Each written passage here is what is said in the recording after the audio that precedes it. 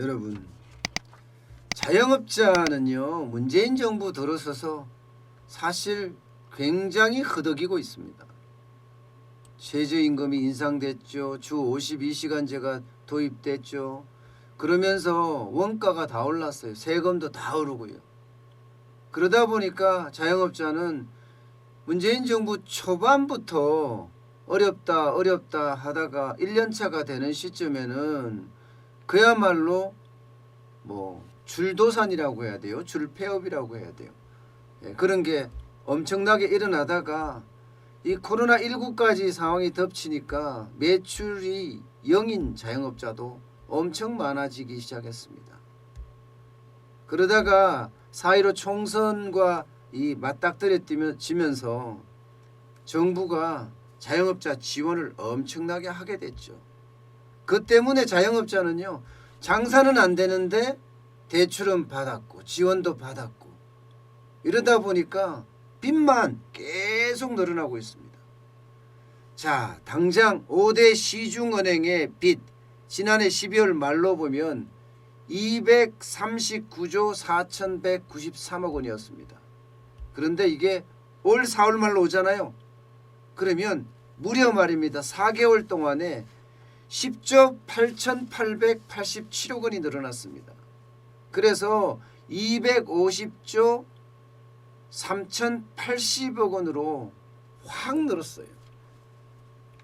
장사가 잘 되면 빚이 늘어나도 걱정이 안 되는데 이게 장사가 안 되는 상태에서 자꾸 빚이 늘어나니까 이게 자칫 잘못하면 금융의 뇌관, 경제의 뇌관이 될 수도 있다는 이야기까지 나오잖아요. 지금 대한민국에서 가장 약한 고리가 자영업자죠. 그리고 고령자입니다. 여기에다 지역경제. 이 세 가지가 다 합쳐진 곳에서는요. 특히 이제 지역 지방광역시 같은 데죠. 굉장히 어려움을 호소하고 있을 정도거든요. 그러니까 버티려고 정부의 지원금까지도 받아도 안 되니까 버티려고 은행을 자꾸 찾는 거예요. 그러니까 자영업자 대출이 엄청나게 늘어납니다. 이게 어느 정도 이렇게 대출이 늘어나는 것은 그래도 언젠가 기회가 있겠지 이렇게 생각할 수 있지만 대출 금액이 자꾸 많이 늘어나고 증가할 속도가 빠르다는 것은요. 야, 이거 위기의 조짐도 보이네. 이런 이야기를 할 수가 있습니다. 올 1월 대비 2월은요. 0.4% 증가하는 데 그쳤거든요. 그런데 3월에는 1.12%가 올랐고요. 4월에는요. 무려 2.20%나 늘었습니다. 그야말로 자영업자 대출이 굉장히 가파르게 늘고 있다. 이렇게 볼 수 있는 거잖아요. 한국은행에서 2020년 4월 금융시장 동향에서도 4월 말 자영업자 대출은요. 356조 8천억 원입니다. 예, 이게 전월 말이에요. 전월 말. 그러니까 3월 말 대비하면 10조 8천억 원 늘었습니다. 사상 최대 증가폭입니다. 사상 최대 증가폭. 이게 이렇게 많이 늘어난다는 것은 자영업자가 그만큼 위기로 가고 있다. 그 이야기입니다. 그 중에서도 음식점이나 도소매업 이게 경기에 굉장히 민감한 업종이잖아요. 예, 경기가 안 좋으면 음식점이나 도소매업 바로 장사가 안 됩니다. 여기가 대출 의존도가 굉장히 높습니다. 예. 자, 이렇게 되면 이 음식점이나 도소매업 이쪽도 굉장히 어려워지는 그런 형국이 되고요. 이게 앞으로 점점 더 늘어나게 되면요.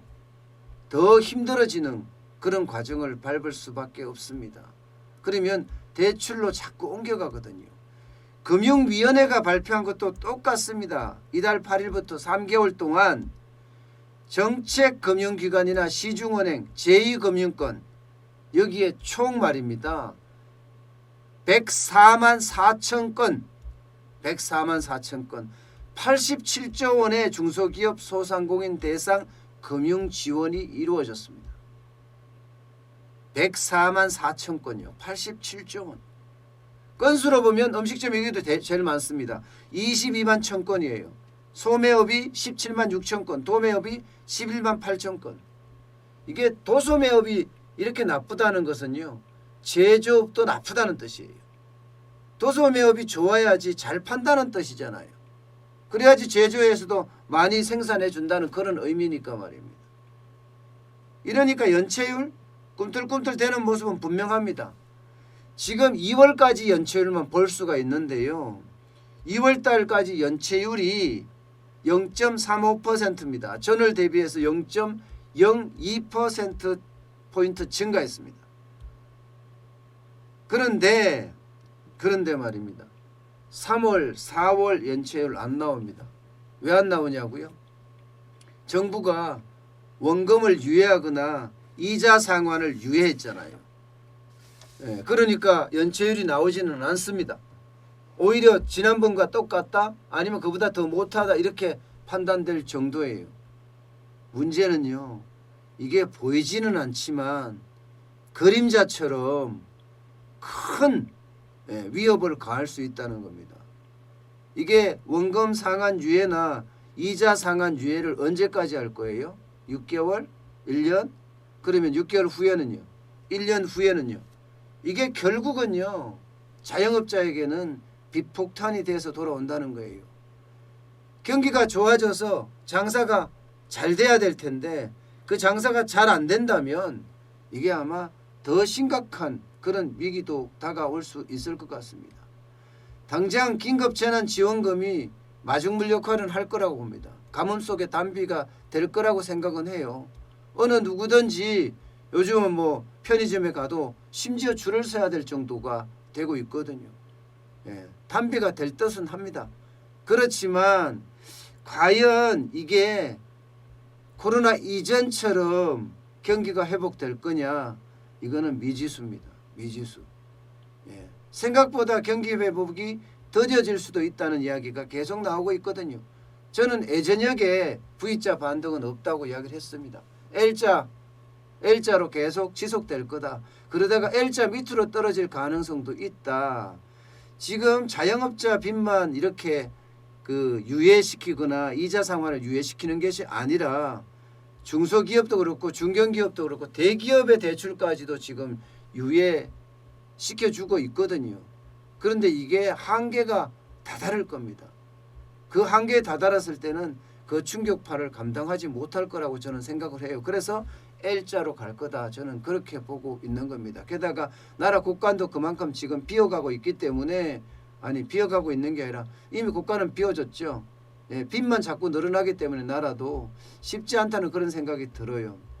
자영업자는 그중에서도 경기에 제일 끝단에 있는데 가장 어려움을 많이 겪고 있는 게 지금 자영업자 집단이에요.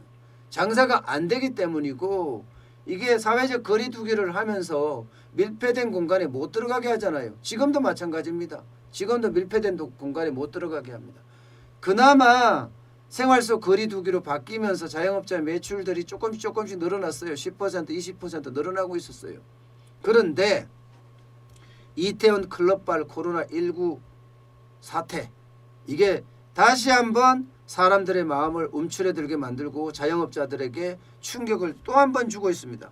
실제로 중소벤처기업부에서 소상공인 전통시장 입점업체 520곳을 대상으로 설문조사를 해봤더니 5월 11일주 여기는요 매출이 그 전주 그러니까 4월 27일주보다가 매출이 많이 늘었어요. 적어도 뭐 10% 이상 늘었습니다. 10% 이상. 이게 설문조사에서만 그렇습니다. 옛날 코로나19 대비해서는 거의 한 50% 60% 올라왔고요. 거기에서 5월 11일 주차가 4월 27일 주차보다가 10%포인트 늘었어요. 그런데 이게 이태원 클럽발 코로나19의 어떤 집단 감염이 결국 또 매출을 떨어뜨리는 그런 결과를 가져오고 있다고 합니다. 서울이나 경기나 인천 쪽에는 자영업자 소상공인의 매출이 분명히 타격을 받을 거로 보인다. 이렇게 중소벤처기업부는 설명을 했습니다. 그러니까 앞으로도 지금 이게 장기화되고 더 어려워진다고 하니까 앞으로도 자영업자는 더 어려워질 가능성이 큽니다. 그것도 이게 조기에 잡히면 좋겠지만 이게 여러 가지 정황상 성소수자의 문제라든가 신분을 밝히는 걸 꺼려하는 문제라든가 이게 전국에서 많은 사람들이 왔다는 문제, 게다가 홍대에서도 주점에서도 지금 확진자가 발생했다는 거, 홍대 주변의 상권 말이에요. 홍대 상권에서도 심지어는요 강남 상권에서도 발생할 가능성이 커졌다는 이야기까지 나오면서 자영업시장은 더더욱 얼어붙고 있습니다. 이렇게 됐을 때 자영업자들은 빚은 또 늘어날 수밖에 없습니다. 지금까지 정부가 12조 원 소상공인 자영업자 긴급 경영안정자금 대출을 해줬습니다. 그래서 4월에만 5조 원이 나갔어요. 4월에만 5조 원. 앞으로 5조 원을 더 집행할 예정이라고 하고 있고요. 모자랄 것 같아서 4조 4천억 원 추가 배정을 한 상태입니다. 추가 배정. 그리고 2차로 10조 원 규모의 긴급자금 대출도 준비를 하고 있습니다. 이렇게 되면 은행권에서 최소 월 6조 원 이상의 자영업자 대출 증가세가 이어질 거라는 그런 분석까지 나오고 있는 상태예요. 이렇게 되면 은행에서 생각했던 은행권에서 생각했던 대출의 2배 이상이 자영업 대출이 늘어날 거다는 이야기까지 해주고 있습니다. 지금 가장 큰 문제는요. 대출을 해주고 뭐 연명을 해주고 다 좋습니다. 그러나 자영업자에게는요. 무엇보다도 자영이잖아요. 일단 장사가 돼야 돼요. 장사가 안 되고 코로나19의 창궐이 이처럼 계속돼 가면서 장사가 폭삭 주저앉는다 하면요. 자영업자는 빚으로 연명하는 것도 한계가 있을 수밖에 없습니다. 결국은 자영업자는 있는 자산도 팔고 그리고는 만세를 부를 거예요. 그 만세를 부르는 시점이 언제냐에 따라서 우리 금융에 얼마나 많은 충격을 줄 거냐 이것도 달라질 수가 있습니다. 지금 금융권은 지금 대손 충당금을 안 쌓고 있거든요. 10% 정도는 안 쌓는다고 할 수가 있습니다. 지금 금융권에서 대출해주는 부실이 자영업자 부실뿐만 아니라 중소기업 심지어 대기업 부실까지 점점 늘어날 판인데 실물 경제가 그만큼 어려워져 가고 있는데 대손 충당금을 안 쌓는다는 것은요. 자칫 위기에 금융권도 흔들릴 수 있다는 이야기예요. 대손 충당금을 안 쌓아서 금융권이 흔들린다. 디폴트, 채무 불이행이 계속 많아진다. 이때 은행들 어떻게 할 겁니까? 만약에 은행들에게 이 상황을 그대로 반영이 돼서 금융위기까지 온다면 우리 경제는 걷잡을 수 없는 충격에 빠질 수도 있습니다. 때문에 은행들도 지금 조심해야 되고요. 자영업자들도 진짜 각자 도생이란 말이 어울릴 수 있게끔 자기 노력을 아끼지 않아야 합니다.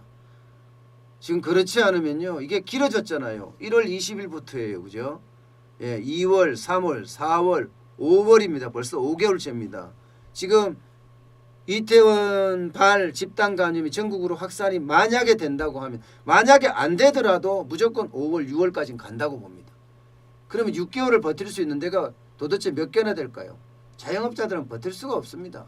근데 지금 현재는 이자 상환 유예나 원금 유예를 했기 때문에 그나마 버텨서 장사 잘 되는 날이 있겠지 하겠지만 이게 오래가지 못할 거라는 겁니다. 그때 오는 실물 경제의 충격은요. 아마 상상을 초월할 겁니다. 여기에다가 미중 무역 전쟁의 2차 조짐이 계속 보이고 있어요. 아마 2차 전쟁이 날 것 같거든요. 그렇게 되면 우리 경제에까지 충격이 오고 그러면 경기의 끝단에 있는 우리 자영업자들에게는요. 치명적인 결과를 가져올 수도 있다는 거 진짜 명심해야 될 것 같습니다.